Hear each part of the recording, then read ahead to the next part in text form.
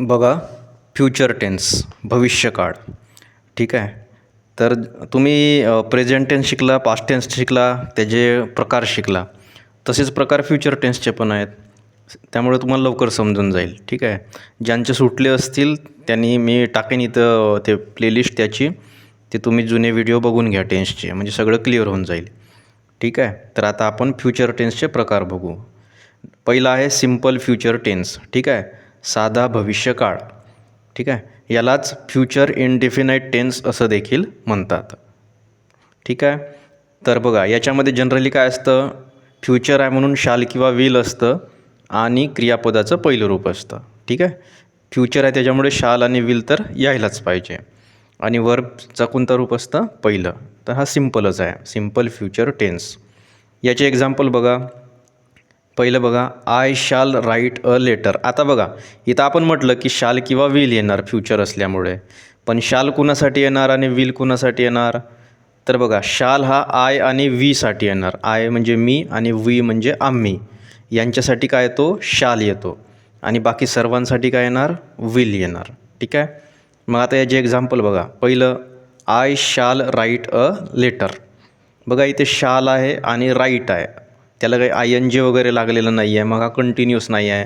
Have आणि has आपल्याला दिसत नाही आहे, मग हा परफेक्ट नाही आहे, आणि त्याच्यामुळे परफेक्ट कंटिन्यूस पण नाही आहे. मग कोणता टेन्स आहे हा, सिम्पल फ्युचर टेन्स आहे. ठीक आहे.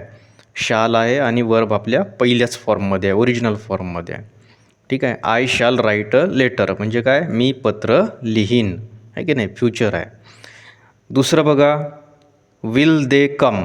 आता इथं शाल किंवा विलपैकी एक जण आहे, विल आहे, आणि कम आहे म्हणजे पहिलंच रूप आहे वर्बचं. मग कोणता टेन्स आहे हा, सिम्पल फ्युचर टेन्स. किंवा तुम्हाला जर दुसऱ्या पद्धतीने जर ओळखायचं असेल तर बघा, इथं विल आहे म्हणजे हा फ्युचर आहे, एवढं तर कन्फर्म आहे. कारण शाल आणि विल कशामध्ये, कोणत्या टेन्समध्ये येतात, फक्त फ्युचर टेन्समध्ये येतात. ठीक आहे. आता बघा, वर्बला आय एन जी लागला आहे का, आय एन जी जर लागला असेल तर तो कोणता होईल, कंटिन्यूस होईल. हॅव किंवा हॅज काही दिसतो का, जर ते असतील तर कोणता होईल, परफेक्ट होईल. ते पण नाहीत, मग हा परफेक्ट पण नाही आहे, आणि त्याच्यामुळे हा परफेक्ट कंटिन्यूस पण नाही आहे. मग उरला एकच, कोणता, सिम्पल, आहे की नाही. तर अशा प्रकारे देखील तुम्हाला ओळखता येतील. तर विल दे कम म्हणजे काय, ते येतील काय, नाही की नाही, प्रश्न विचारलेला आहे. तिसरं बघा, he will be a doctor, आहे की नाही. आता बघा, इथं विल आहे आणि बी आहे. ठीक आहे, म्हणजे पहिलेच फॉर्म आहे बी. ठीक आहे. तर हा सुद्धा कोणता टेन्स आहे, फ्युचर टेन्स आहे. तर he will be a doctor म्हणजे काय, तो डॉक्टर बनेल किंवा तो डॉक्टर होईल. चौथं बघा, Rajesh will clean the house. Will आहे आणि क्लीन आहे, त्याला काय आय एन जी वगैरे लागलेलं नाही, हॅव बिव काही नाही आहे, तिसरं रूप पण नाही आहे. ठीक आहे. पहिलंच रूप आहे क्रियापदाचं आणि विल आहे, म्हणून हा फ्युचर, सिम्पल फ्युचर टेन्स आहे. Rajesh will clean the house. Clean म्हणजे काय, स्वच्छ करणे, साफ करणे. तर राजेश घर स्वच्छ करील. ठीक आहे. आता दुसरा प्रकार बघा, फ्युचर आपण थोडं फास्ट चाललेलो, कारण ऑलरेडी शिकवलेलं आहे तुम्हाला रे. प्रेझेंटचे 4 प्रकार शिकवले आहे, पास्टचे 4 शिकवलेले आहे, सेम तसंच आहे. ठीक आहे. त्याच्यामुळे लवकरच कळून जाईल तुम्हाला, टाईम वेस्ट करण्याचा अर्थ नाही, आपल्याला आणखी बरेच टॉपिक्स घ्यायचे आहेत. ठीक आहे. हां, आणि तुम्हाला आता लगेच ओळखता येतात ते टेन्स, कसे ओळखायचे सांगितलेलंच आहे. दुसरा बघा, फ्युचर कंटिन्युअस टेन्स म्हणजे काय, चालू भविष्यकाळ.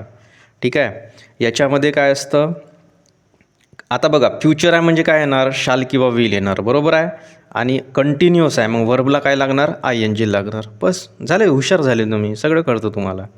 बघा, फक्त एक वर्ड येतो इथं, शाल आणि विल नंतर एक वर्ड येतो, काय येतो, बी. काय येतो, बी हा येतो. ठीक आहे. म्हणजे शाल बी किंवा विल बी असतं, आणि वर्बला आय एन जी लागलेला असतो. एक्झाम्पल बघा. Number 1, I shall be reading A newspaper, आहे की नाही.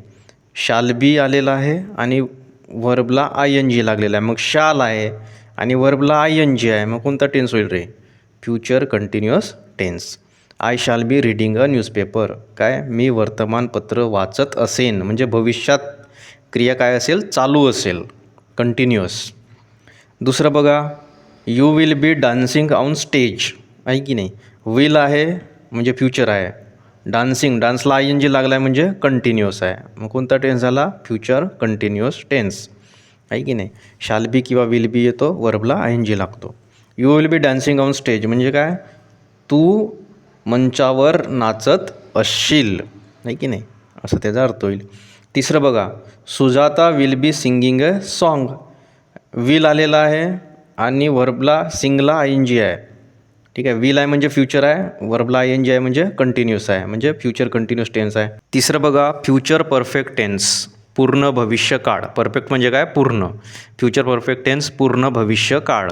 तर याच्यामध्ये काय असतं बघा, शाल हॅव किंवा विल हॅव येतो. फ्युचर परफेक्ट आहे ना, मग इथं काय तो शाल हॅव किंवा विल हॅव येतो. आणि वर्बचं कितवं रूप असतं रे, परफेक्टमध्ये कितवं रूप असतं, तिसरं, V3 असतो. ठीक आहे, तर शाल हॅव किंवा विल हॅव आणि V3 वर्बचं तिसरं रूप पास्ट पार्टिसिपल असतं. ठीक आहे, तर बघा एक्झाम्पल पहिलं बघा, Rajesh will have completed work. आता इथे बघा विल हॅव आलेलं आहे आणि कम्प्लिटेड आहे, म्हणजे हे तिसरं रूप आहे कुणाचं, कम्प्लीटचं, आहे की नाही. कम्प्लीट म्हणजे पूर्ण करणे, कम्प्लिटेड तिसरं रूप म्हणजे काय, पूर्ण केलेले. म्हणजे काय, राजेशने काम पूर्ण केलेले असेल. Rajesh will have completed work. पूर्ण भविष्यकाळ, भविष्यकाळात क्रिया काय झालेली असेल, पूर्ण झालेली असेल. ठीक आहे, Rajesh will have completed work. दुसरं एक्झाम्पल बघा, I shall have gone to Delhi. आता इथे बघा शॅल हॅव आलेला आहे आणि गॉन आहे. गॉन हा कितवा रूप आहे रे, वर्बचा तिसरा रूप आहे. कोणाचा तिसरा रूप आहे, गोचा तिसरा रूप आहे की नाही. गो त्याचा पास्ट टेन्स होतो वेंट आणि पास्ट पार्टिसिपल म्हणजे V3 वर्बचं तिसरं रूप काय होतं, गॉन, आहे की नाही, गेलेला, आहे की नाही.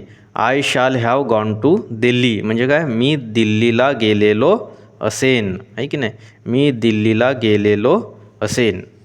I shall have gone to Delhi. तिसरं बघा, they will have not return the song.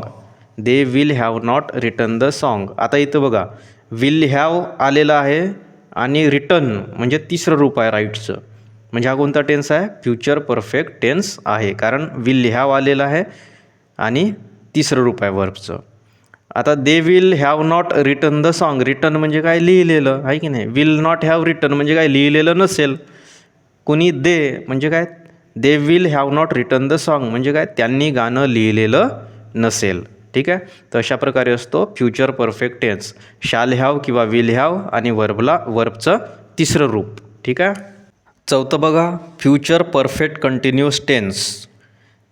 Perfect म्हणजे पूर्ण, कंटिन्यूस म्हणजे चालू, म्हणजेच काय, पूर्ण चालू भविष्य काळ. ठीक आहे, तर याच्यामध्ये बघा परफेक्ट असल्यामुळे शाल हॅव किंवा विल हॅव येणार आणि कंटिन्यूस असल्यामुळे व्हर्बला काय लागणार, आय एन जी लागणार. ठीक आहे, फक्त एक वर्ड येतो इथे विल हॅव आणि शाल हॅव नंतर बिन, तर shall have been, will have बिन असं असणार ते आणि व्हर्बला आय एन जी लागलेलं असणार. ठीक आहे, तर एक्झाम्पल बघा, she will have been cooking dinner. आता बघा इथं विल हॅव आहे म्हणजे परफेक्ट आहे आणि व्हर्बला आय एन जी लागलेला आहे म्हणजे कंटिन्यूअस आहे. मग हा कोणता टेन्स आहे, हा फ्युचर परफेक्ट कंटिन्यूअस टेन्स, कारण विल हॅव आणि व्हर्बला आय एन जी. आता इथे एक्झाम्पल बघा, she will have been cooking dinner म्हणजे काय, ती रात्रीचं जेवण बनवत आलेली असेल, नाही की नाही. जेवण बनवत असेल का, नाही, जेवण बनवत आलेली असेल. दुसरं एक्झाम्पल बघा, you will have been studying grammar. You will have been studying grammar, तुम्ही व्याकरणाचा अभ्यास करीत आलेले असणार, आहे की नाही. परफेक्ट कंटिन्यूसमध्ये असं असतं. तर असा आहे हा फ्युचर टेन्स. ओळखणं तर खूप सोपं आहे. सिम्पल फ्युचर टेन्समध्ये काय असतं, शाल किंवा विल असतो आणि V1 असतो, क्रियापदाचं पहिलं रूप असते. फ्युचर कंटिन्यूसमध्ये शाल बी किंवा विल बी असतो आणि व्हर्बला आय एन जी लागलेला असतो. फ्युचर परफेक्टमध्ये शाल हॅव किंवा विल हॅव असतो आणि V3 असतं. फ्युचर परफेक्ट कंटिन्यूस टेन्समध्ये शाल हॅव किंवा विल हॅव असतो आणि एक वर्ड येतो बिन, म्हणजे शाल हॅव बिन किंवा विल हॅव बिन आणि कंटिन्यूस आहे म्हणजे व्हर्बला आय एन जी लागलेला असतो. ठीक आहे, आता आपण इंग्रजीच्या दुसऱ्या टॉपिक्सकडे वळूया जे एक्झाम्समध्ये, कॉम्पिटेटिव्ह एक्झाम्समध्ये विचारले जातात. ठीक आहे, त्यांच्याकडे आपण वळूया. आपण एक्झाम ओरिएंटेड अप्रोच ठेवूया आपण. ठीक आहे, ज्ञान ठीक आहे, परंतु एक्झाम पण महत्त्वाचे आहे की नाही, तर आपण एक्झाम ओरिएंटेड अप्रोच ठेवू. ठीक आहे.